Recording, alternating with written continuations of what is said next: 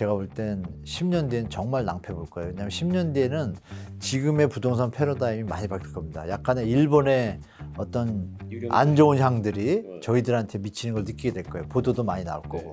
저는 그렇게 예측합니다. 벌써 좀 나오잖아요. 그래서 뭐 일본 따라간다 이런 얘기가. 지금은 이제 잘 못 느끼지만 5년 뒤면 피부를 진짜 느낄 겁니다. 한문도 교수님과 함께하는 경제와 스팟 3부 시작하겠습니다. 네. 제가 이제 그 교수님을 네이버에 검색을 해보니 저요? 네, 네. 슬하, 일남일녀 네 맞습니다. 네. 네, 둘 중에 하나가 갑자기 이제 아버지가 이제 부동산 전문가니까 갑자기 이제 개인적으로 이렇게 술 한잔 하면서 아버지랑 식사를 하면서 이제 딱 질문을 합니다. 아버지, 저 이번에 집 하나 살라고 하는데 어디에 사는 게 좋습니까? 지금요? 네. 그럼 제가 이렇게 하자. 네. 사는 건 좋은데 시기만 잠깐 낮추면 좋겠다. 시기를 조금 더 뒤로 미루자. 네, 사는 거는 마음속에 정해놓고 한 2년 뒤에 샀으면 좋겠다라고 얘기를 하겠죠. 지금은 전세나 월세를 살면서 그 나머지 돈을 갖다 다른 뭐 국채나 뭐 이런 걸 해서 돈을 불리고 그러면 그 주택가격이 만약에 내려올 가능성이 있는데 그 가능성이 90%에 넘다라고 난 보니까 그게 아마 적정할 거다라고 얘기했어요. 벌써 하셨어요? 네네네. 25년에서 26년도를 한번 노려보자. 그러니까 24년 말부터 25년, 26년까지 그때를 보고 하는 게 제일 좋은 투자 방법 시기인 것 같다라고 얘기했습니다. 아니, 아들, 딸 부럽네요. 아버지가 딱 시기도 딱 정해주시고. 진정한 투자는 남한테 피해를 안 주는 게 진정한 투자잖아요. 맞습니다. 투기는 남한테 피해를 주는 거고 물론 투기에 뭐 긍정적인 영향도 있지만 어느 지역을 하라 그러면 이렇게 말씀드릴게요. 우리 인류의 역사를 보면 도시의 주택 가격이 계속 오르잖아요. 계속 오르죠. 그 도시는 뭐예요? 정치, 경제, 사회, 문화 다 있는 다 들어있죠. 그게 이제 발전하는 곳이잖아요. 쇠퇴하는 곳은 지방 우리가 요즘 드는 것처럼 지방 소멸 이런 것처럼 쇠퇴하면 주택 가격이 내려가겠죠. 수요자가 없으니까. 그럼 지방이다 할지라도 지방인데 뜨는 곳들이 있어요. 기업들이 들어가는데. 전문가시네요. 여러분이 그냥 상식적으로 느끼면 돼요. 그 사람이 많이 모이고 일자리가 많으면 당연히 찾는 사람이 많으니까 가격이 올라있구나. 이거를 기본으로 하시면 돼요. 그러니까 제가 어딜 사라 이렇게 얘기는 안 할 테니까 신문 보시면 인구 늘어나는 거 딱 치시면 되겠죠? 쫙 떠요. 그럼 인구가 왜 늘어날까? 그 보면 내용을 보니까 뭐 회사도 들어오고 뭐 이래서 늘어난다. 또 어떤 데는 인구가 늘어났는데 보니까 아이고 지자체에서 뭐 이사 오면 500만 원씩 준대네. 이건 좀 일시적이구나. 뭐 이렇게 좀 구분을 하셔가지고. 근데 어디는 인구가 계속 주네? 알고 보니까 분양시장을 가보고 아파트 공인중개사를 가니까 여기 뜰 거예요 막 이러고 있어요. 뜰 건데 왜 인구가 줄죠? 물으면 뭐 공인중개사님 답변을 하시겠죠. 뭐 이렇게 말씀드리겠습니다. 그래서 조금만 찾아보시면 그 인구 증가 예측률이 통계청 자료에 많아요. 결정적으로 연령대 예를 들면 어디라고 얘기할 수는 없고 어느 지역은 가보면 공장이 이렇게 있는데 막 생겼단 말이에요. 생겼는데 인구 비중을 그 도시를 보니까 와우 20대 30대가 막 60% 70%예요. 그러면 여긴 집값이 내려갈 일이 없는 거예요 당분간. 그렇죠? 이해되시죠? 근데 왜냐면 어디는 거기에서 일하면서 결혼하고 애기 나오고 그럼 점점 확장되잖아요. 뭐 이런 흐름의 어떤 패턴을 미리 예측하시면 부동산 자산 증식이나 내 집 마련에는 좀 도움이 되실 거예요. 시기는 저희가 2부에서도 얘기를 했고 지역을 따진다라고 하면 내가 살고 싶은 데를 고르거나 아니면은 투자용이라고 하면 인구가 증가하는데 그 다음에 거기서도 저희가 이제 흔히 얘기하는 경제활동 인구가 많은데 요걸 체크를 한번 해보시면 마지막엔 정부의 국토종합 계획이라는 게 있어요. 5년 5차인데 이번에 5차 종합계획에 보면 앞으로 대한민국을 어떻게 할지 시나리오를 미리 해놓은 게 있어요. 그거까지 하시면 딱 그림이 보입니다. 그거 검색하면 나옵니까? 그냥 PDF 파일로 딱 뜹니다. 보시면 도로망부터 해서 뭐 다 있습니다. 그래서 그리고 이제 최근 들어서 사실은 조금 이제 또 궁금한 것 중에 하나가 2030이 사실 최근에 이제 지금 좀 부동산 시장에 거품이 빠지고는 있지만 영끌 할 때 사실은 2030이 대부분 영끌을 굉장히 많이 했잖아요. 이 2030이 적극적으로 부동산 시장에 정말 많이 들어오고 있는데 부동산 시장이 좋은 건지 아니면 나쁜 건지 교수님의 생각이 개인적으로 저는 중장기적으로는 나쁜 거죠. 중장기적으로는 너무 수요가 땡겨지니까 급격하게 땡겨져서 그러면 충격의 농도가 크죠 나중에. 차라리 차근차근히 갔다라면 진입하는 건 좋은데 이렇게 한 일시적으로 막 몰릴 것이 아니라 특히 3, 4년 사이에 많이 몰렸잖아요. 근데 지금은 이제 마지막 분들이 이제 가세한 것 같아요. 203040이. 그럼에도 숫자가 적다고 제가 말씀드렸잖아요. 그러면 5060들은 바볼에서도 요새 안 산 게 아니거든요. 상반기 아파트 거래량 중에 64%가 203040이 샀어요. 2030이 30%가 넘고. 이건 우리나라 역사상 처음이거든요. 그러니까요. 그럼 아시겠지만 월급 생활 가지고는 집을 못 산다, 뭐 수익을 담보 못 한다는 게 막 거의 프레임으로 잡히다 보니까 이렇게 왔는데 지금은 이제 사람들이 뭐냐면 작년에 갑자기 내려간 거 그거 느끼고 전세 사기 보고 그러니까 젊은 분들이 약간 조심하게 됐어요. 그러니까 그분들은 아마 시간을 갖고 좀 기다릴 거예요. 그래서 제가 볼 때는 2030, 40들의 어떤 이번에 훅 들어왔던 이 세력들이 그럼 다음에서 누가 받쳐줘야 되잖아요. 우리 인구 감소가 좀 이어지잖아요. 굉장히 빠르죠. 그러니까 단기로 볼 때 몇 년을 볼 때는 버티는데 큰 무리가 없겠지만 수익을 내는데 특히 물론 희소성 있는 지역은 뭐 여전히 뭐 가치가 있지만 평균으로 볼 때는 이게 이제 4, 5년 뒤부터는 이제 분위기 많이 바뀔 겁니다. 그래서 미리 대비 안 하시면 제가 볼 땐 10년 뒤엔 정말 낭패 볼 거예요. 왜냐하면 10년 뒤에는 지금의 부동산 패러다임이 많이 바뀔 겁니다. 약간의 일본의 어떤 안 좋은 향들이 저희들한테 미치는 걸 느끼게 될 거예요. 보도도 많이 나올 거고. 저는 그렇게 예측합니다. 벌써 좀 나오잖아요. 그래서 뭐 일본 따라간다 이런 얘기가 지금은 이제 잘 못 느끼지만 5년 뒤면 피부를 진짜 느낄 겁니다. 왜냐하면 10년 뒤부터는요 매년 한 50만, 70만이 줄어요 인구가. 맞아요. 그리고 중장기적으로 볼 때는 사실 대한민국엔 도움이 안 됐다. 왜 이분들이 안 샀으면 집값이 어떻게 됐겠어요? 그냥 안정두고 내려왔으면 다음 분들이 사기가 편하면 출산율도 이어지면 이렇게 받쳐줘야 되잖아요 수요가. 이런 이 패러다임이 깨진 거예요 일단 제가 볼 때. 그럼 나머지 분들은 아예 포기한 거잖아요. 비정상적인 상황이 발생을 해버렸으니까. 그러니까 이 부분을 메꾸려면 고통이 좀 수반될 것 같아요 제가 볼 때. 결론적으로 보자라면 사실은 그렇게 좋은 현상은 아니다. 전혀 아니라고 보죠. 알겠습니다. 그리고 그러면 이제 또 추가적으로 이제 하고 싶은 게 서울시가 저출산 대책 일환으로 주거 대책 발표하지 않았습니까? 이거 주거 대책에 대해서는 어떻게 생각하시는지. 뭐 최선을 다하고 있는 모습은 좋습니다. 보기도 좋고 이 부분이 이제 보면 명료하게 뭐 몇 채를 하겠다 뭐 이런 개념들이 아니라 약간의 이제 사이드 이제 지원책이지 않습니까? 요번에 아시죠? 또 청년 드림 주택 나왔잖아요. 청년 드림 주택에서 뭐 1년 동안 예금 금리를 4.5% 해주고 집을 만약에 분양을 받게 되면 또 금리를 갖다 2% 다운 시켜주고 그리고 최저하면 1.5%까지. 혁신적인 게 나왔어요. 더 중요한 건 뭐예요? 주택 가격이 저렴할 때 그걸 해줘야 좋은 거지. 꼭지에 가 있는 거 10배 올려놓고 그걸 하면 금리가 1.5% 같지만 가격이 만약에 반이었다라면 이게 역의 효과가 있잖아요. 3%나 똑같은 효과가 있는 거죠. 가격이 높으면. 그치. 5억에 4%일 때라. 그렇죠. 네, 그런 거죠. 7억에 1.5%일 네, 맞습니다. 이게 사실 더 큰 거. 계산을 해봐야 되죠. 그러니까 이런 부분을 볼 때 저는 뭐 정부가 애를 쓰고 있는 건 이해하는데 결정적으로 주택가격을 낮추는 정책에 대해서 지금 발언이나 어떤 모습이 안 보이잖아요. 이 부분을 우리가 좀 경계해야 된다고 봐요. 왜냐하면 전 정부에서 집이 모자라다고 난리가 나서 공공택지를 120만 채를 지은 땅을 마련했는데 사전 청약도 지금 지지부진하고 요즘 이제 아마 겨울하고 봄에 많이 할 거예요. 왜? 선거 때문에. 많이 할 때 좋은 물건이 나오잖아요. 여러분 뭐 크리스마스 세일이나 이런 것처럼 그런 느낌으로 보시면 돼요. 아 그러면 지금은 공공분양이 좀 좋은 위치에 좋은 가격에 나오겠구나. 그래서 올 연말에서 내년 봄에는 공격적으로 대처하셔도 돼요.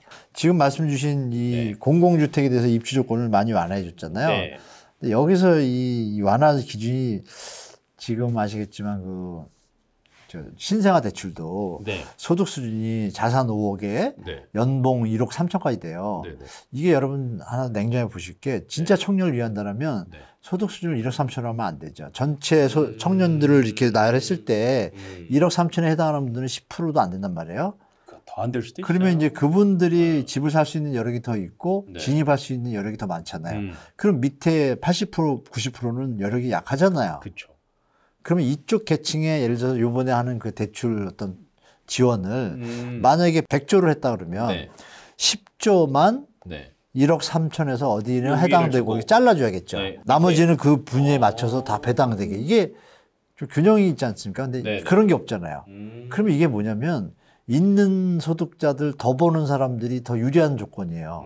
감춰진 뜻은. 그래서 저는 진정성이 없다고 봐요, 솔직히. 네. 물론 이 방송 듣고 네. 원희룡 장관께서 네. 배분하면 너무 좋겠죠? 너무 좋죠. 그럼 하나 더 추가해서 박수 치겠죠. 네, 하나 더 추가해서 그러면 네. 요거 외에도 정책적으로 관련 있으신 분들이 저희 거 볼 수 있거든요. 아, 그렇죠. 네, 그러면 야, 이 부동산 정상적으로 가격을 빨리 되돌리고 거주자들한테 좋으려면 야, 이런 정책 필요하다.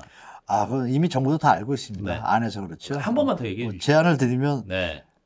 청년들한테는 임대주택을 많이 줘주고 청년 임대주택 네. 많이 장기가 한 10년 동안 네. 주거사다리로 좀 네. 급여를 모을 시간을 주고 네. 저렴하게 네. 그리고 이제 전세 대출을 거의 없애면 됩니다. 전세 대출을 네. 전세 대출 없으면 집값은 내려온다는 건 이제 네.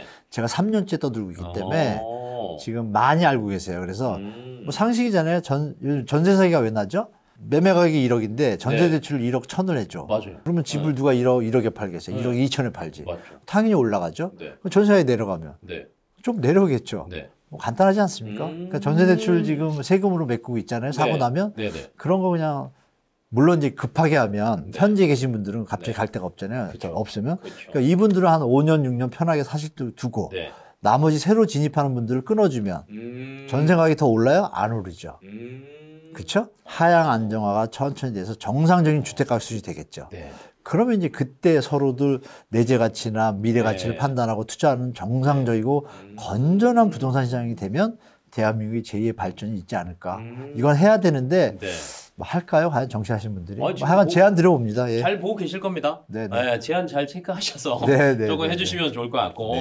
그러면 이제 저희가 이제 마지막으로 내년에 사실은 실질적으로 진짜 집을 이제 기존의 전세, 월세 끝나시는 분들이 굉장히 많으실 거예요. 그러면 앞으로에 대한 뭐 25년, 26년, 27년에 대한 전망도 있지만 이분들한테는 내년이 당장 현실이시거든요. 그렇죠. 그러면 이때 이제 고민은 이거예요. 사야 되냐? 전세 그대로 가야 되냐? 월세로 옮겨야 되냐? 이런 고민들을 하실 텐데 여기에 조금 딱 정답 한번 던져주시면. 사실부터 말씀드릴게요. 살살. 애기들이 태어나가는 이렇게 꼭 타임이 된 분들이 계세요. 그러면 발품을 좀 파시면 좋을 것 같아요. 찾아봐라. 찾으면 의외로 금매 물건들이 숨겨놓은 이렇게 꼭꼭 해둔 공인중개사가 많아요. 그러면 가서 정확하게 본인의 입장을 얘기하시고 조금 내가 애를 키워야 되는데 뭐 이런 걸 얘기하면 공인중개사분들이 소유주 입장을 다 알잖아요. 맞아요. 아까 말씀 올린 대로 요새 6억이었는데 막 요새 올라서 한 7억 5천 됐단 말이에요. 이분은 6억 5천에 팔 마음도 있잖아요. 그럼 시장이 안 좋아지는 거 이런 걸 이분이 잘 아시잖아요. 맞아요. 그러면 이 소 살려는 분이 딱 상황을 보니까 이건 꼭 사실 분이야. 근데 내가 좀 도와주고 싶은 마음이 들어. 그러면 이분을 설득할 수 있는 가능성이 많잖아요. 그거는 그냥 가서 툭 얘기한다고 되겠어요? 안 되지. 이게 싼 집 있어요? 이러면 안 하죠. 있어도 없어 이렇게 되죠. 음료수 하나 들고 음료수까지는 이게 음료수까지는 없어요. 진정성. 제가 이런데 공인중개사님이 도와주시면 좋겠다 하고 인터벌을 두고 기다리면 이분이 마음이 동하면 전화가 온다는 얘기는 이분은 저를 위해서 해주신 거죠. 왜? 조금 있는 분보다. 이렇게 하는 식으로 접근하시고 최소한 7군데 부동산을 들리시고. 7군데. 그러면 달라요. 그리고 이 공공 분야 아까 얘기했잖아요. 이건 접근하시면 좋아요. 부담 없이 따라붙을 수 있습니다. 왜? 대출을 많이 해주는데 저리가 많으니까 계산을 해보시면 되고 사실 분들은 만약에 살지 말지 좀 헷갈리신다. 여력이 좀 안 되고 뭐 본인이 판단하시기에 그럼 전세로 계실 때는 전세 가격이 내려가는 지역이면 그냥 계시면 돼요. 그 지역이 혹시 내려가는 지역이다? 지금 많아요. 뭐 송파 일부 일대는 지금 8억짜리가 다 6억 5천 내려왔어요. 그래가지고 외람된 얘기지만 6억 5천이 내려니까 주인이 돌려줄 돈이 없잖아요. 주인이 8억에 쓰고 전세 대출을 이분이 1억을 더 받는 거야. 1억 5천을. 6억으로 하려면 2억을 돌려줘야 되잖아요. 그럼 2억을 대출을 더 받아요. 대출 받은 돈은 내가 가질 거 아니에요. 근데 계약서는 6억으로 쓰는 거예요. 그럼 뭐야? 나는 돈을 못 돌려받았잖아요. 받아야 뭐 내가 뭘 할 텐데. 맞아요. 그 2억에 대해서 이자를 자기가 내겠다는 거예요. 주인이. 그러면 지금은 4%네 6%면 변동금리도 내줄게. 부대비용 그것도 내줄게. 내가 다 해줄게. 그러면 주인은 뭐예요? 경매 안 당하잖아요. 그렇죠. 이러고 있는 상황이니까 그분들은 그러면 그걸 활용해도 되잖아요. 가만히 앉아서 그럼 이자 수입이 되잖아요. 내려가는 데 그렇게 하시고 올리는 데는 냉정하게 나오셔야 돼요. 제가 볼 때. 애기의 뭐 학교 다니는 과정이 아니다 이러고 젊은 부부시거나 아이들이 다 컸으면 냉정하게 튕겨 나오는 게 무조건 자산 증식에 도움이 됩니다. 그거 말씀드리고 그리고 이제 거기서도 전세 자금이 내가 여기서 대출을 받았었는데 이자 내기가 버겁다 이러시면 냉정하게 월세로 가시면 돼요. 왜냐하면 보증금이 작잖아요, 일단. 맞아요. 그러면 그 전세 대출을 언제든지 받을 수 있잖아요. 언제든지 할 수 있죠. 네. 그럼 지금 한숨 돌리고 월세로 편입 갔을 때 장점은 뭐예요? 이동성이 뛰어나요. 언제든지 빼기가 쉽잖아요. 전세는 시간이 좀 걸리고 이랬죠. 맞아요. 그 월세로 가시는 실제로 변호사님도 많아요. 예를 들면 여러분 좀 이해가 가실 텐데 변호사님인데 그 영끌 시절에 좋은 강남의 아파트를 가지고 계시다가 파시고 무주택자로 전환을 하시고 그 상태에서 새로운 주택 분양하는 걸 이런 순서를 택하신 분이 계세요. 벌써 타임을 잘 맞춰서. 근데 이분이 전세돈도 아깝다고 자산 증식을 위해서 월세로 돌리고 계산을 해보니까 비슷하거나 더 작더래요. 전세돈으로 최대한의 수익을 내는 걸 또 하고 있어요. 그러니까 월세 사신다고 고급 월세도 많잖아요. 많아요. 그러니까 월세에 대해서 여러분들이 프레임 트라우마에서 벗어나셔야 돼요. 해외는 다 월세 살잖아요. 그렇죠. 렌트. 맨하튼 가면 다 렌트예요. 정말 잘 사시는 분들은 집값이 20억인데 렌트를 해서 살다가 죽으니까 계산하니까 8억밖에 안 드네. 집 살 일이 없네. 이런 분도 있어요. 그게 더 이득이니까. 네네. 그러니까 이런 분을 생각하셔가지고 월세라고 터부시할 것이 아니라 근데 만약에 전세이자가 나한테 1%짜리가 왔어. 월세는 3%를 냈는데 그러면 전세로 넘어가시면 되고 근데 내가 지금 월세도 저렴해 비교하니까 딱 비교하시면 답이 나오시죠. 그러면 몸이 좀 가볍잖아요. 언제든지 옮길 수 있고 필요하면 전세대출 정부에서 해주니까 그냥 받아서 넘어와도 되고 이런 거를 스스로 본인들 상황에 맞추셔가지고 하시면 큰 문제 없을 것 같습니다. 파시는 분들은 말씀드릴게요. 가지신 분들은 지금 레버리지 계산해 보시면 변수가 많으니까 2년, 3년 레버리지 이자 대출 이거 계산하시고 얘가 주택가격이 오를지 말을지 여러 군데 있으면 다 다르잖아요. 그럼 우리가 평상시에 듣는 말 있잖아요. 무릎에 사서 어깨 팔아라. 지금이 어깨인지 지금 마음줄 잘해서 어깨에서 팔면 성공한 투자잖아요. 그럼 다음에 기회가 한번 오겠죠? 한번 더 오겠지. 뭐 이런 걸 한번 자산 시나리오를 한 1, 2, 3 하셔가지고 지금 결정 내릴 때예요. 제가 볼 때. 이 말씀을 또 마지막으로 드리고 싶은데요. 여러분 그 신생아 대출론을 받으실 분들 계실 거예요. 적극 활용하시고 드리고 싶은 말씀이 뭐냐면 신생아 대출이 한 1.3%막 있잖아요. 6%. 그러면 시중금리가 한 5% 되잖아요. 맞아요.